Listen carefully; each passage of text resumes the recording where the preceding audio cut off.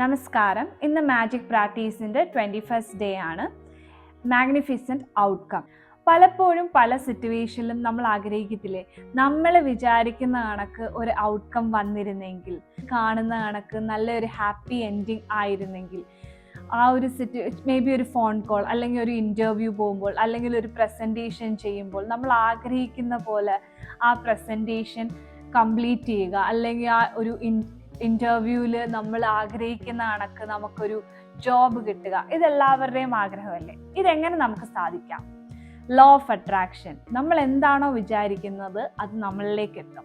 അതിനുവേണ്ടി ചെയ്യേണ്ടത്, നമ്മളൊരു സിറ്റുവേഷൻ, നമുക്ക് വേണ്ട ഔട്ട്കം നമ്മൾ ആദ്യമേ കാണുകയാണ്.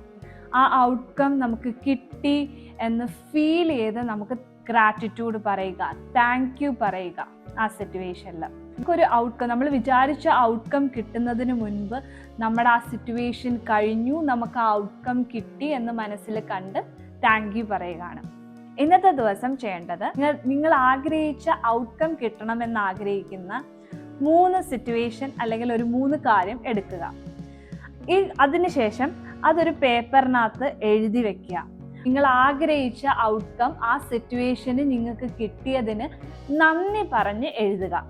Thank you for the magnificent outcome to എന്ത് കാര്യമാണ് അത് എഴുതുക.